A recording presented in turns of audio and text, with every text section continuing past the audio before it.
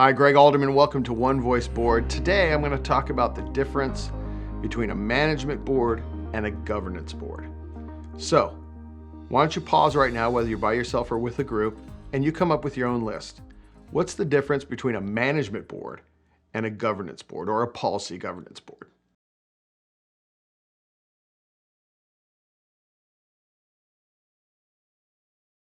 Now, as I get into this, I'm going to admit something right off the top. I'm going to be a little hard on the concept of being a management board. There are a lot of different kinds of boards out there. There are governance boards, there are management boards, there are advisory boards, there are boards of trustees. But today I'm specifically going to talk about what I believe we're called to do as boards of churches and boards of nonprofits, which is to be a governance board. That's what I argue for in teaching the concept of policy governance. What I think we tend to do is fall into being a management board. There are a lot of reasons for this. One of the reasons that we fall into being a management board that's most common is, number one, we're not trained.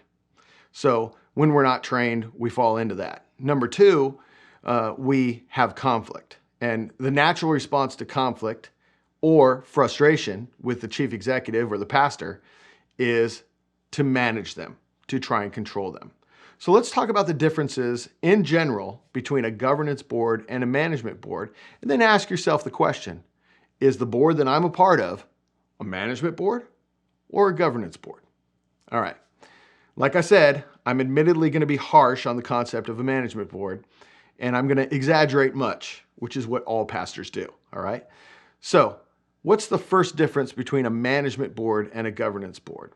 Well, when we fall into being a management board, it's because we start to operate in our role as board members from the gut, from what's inside of us, from our sin nature that wants to control and wants to be in control, right?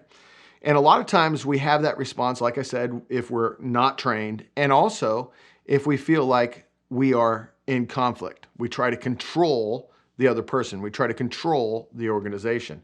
So we fall into a management board.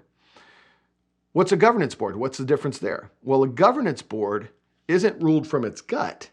It's ruled from principles of governance, or the ideas of governance that I believe come from the Bible and teach how we're supposed to behave as elders of an organization. So we can either choose to look to ourselves for that leadership, which I believe leads to management, control, or we can look to the Lord for that leadership, which I believe leads us to govern on His behalf, to govern on behalf of the owner. Here's another key difference between a management board and a governance board. A management board, when it's going wrong, a board will become a management board, and it will focus on the means, how things are done, the procedures, the policies, if you will, that the staff adopts in order to accomplish its goals. It focuses on the process and gets hyper-focused on why did you do that and why did you do that? When we're governing correctly, when we're operating as a governance board, we understand that there are boundaries in place that govern how processes are chosen, how means are chosen. They have to be biblical. They have to be legal. They have to be moral. They have to be ethical. And if the staff is operating within those boundaries, any means can be chosen to accomplish what the board should actually be focused on, which is ends, goals, what we're trying to achieve. So management focuses on how things are done. The board that is governing focuses on the goals that are being achieved, and then asks itself the question, if the goals are not being achieved, how do the goals need to be changed? And more importantly, maybe, do we have the right person in place to achieve the goals? You see, if we're measuring the outcomes, if we're paying attention to the ends, which is what our goals are, then we are also paying attention to whether or not the person in charge is achieving those ends. Not necessarily how they're doing it, especially if they're operating within those boundary principles, but paying attention to the goals. And like I've said many times, this is the most important part of the work of the board. Setting goals and then monitoring whether or not those goals are being achieved. The third difference. When we're going wrong, we become a management board and we try to control the activity of the staff. We make prescriptive job descriptions. We detail everything we want that person to do. Now, I've said this many times to so many leaders throughout the years. I even said it in a board meeting the other day. If you have to prescribe for your pastor or for your staff member what you want them to do, you've got the wrong person in the job.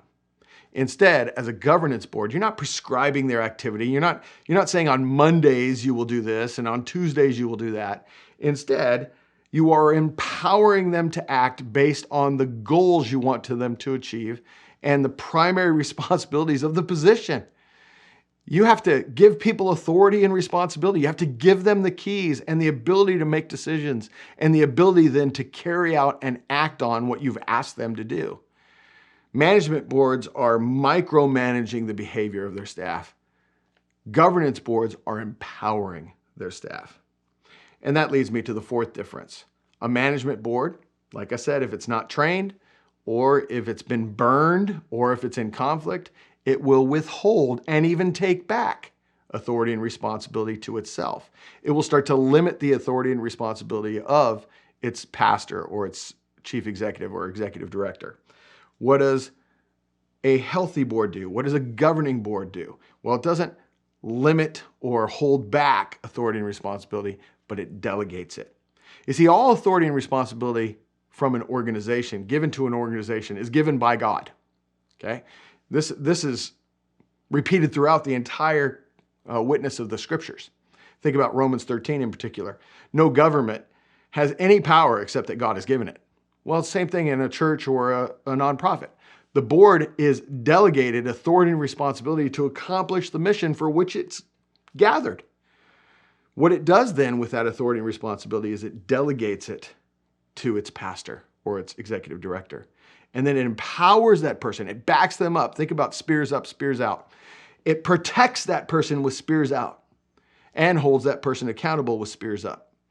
You see, this is how a board functions in a healthy way. And I will always argue that the way we need to behave and the way we need to think about ourselves is as a governance board.